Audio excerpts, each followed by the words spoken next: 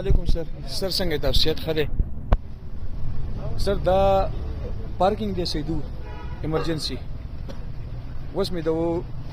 وراره مې هلته کې زوی دی د هغوی خپه فریکچر شوه ما خپل موټرسایکل راوستی و دلته مې ودرو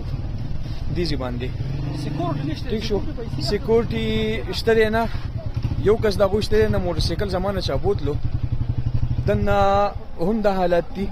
ډي ایم ایس آفیس او دا چې کوم دي دا ټول وایي دلته کې زموږ سره څه شته دی نه موږ سره څه اکسس نشته دی ټیک شو موټرسایکل یې داسې د خدای په اسره دي هر شی دا یې که چاته وایو هغه یې هېڅ هم نشته دی پولیس والا هغه وایي پولیو ډیوټۍ باندې دي او دلته کې موږ په خپل مریض باندې یو دا ماشوم دی سر زموږ سره ادرې دا مخ کاره که سر دا زما ماشوم دی دی فریکچر دی زه اوس دی کور ته بوځم سر زه دی اوس کور ته بوځم که دی زه دلته کې اوس موټرسایکل ته ایثار کړم سیکورټي دا حالت دی د هسپتال دا خو ایمرجنسي ده د سوات غټ هسپتال دی دلته کې هر څه کېدی شي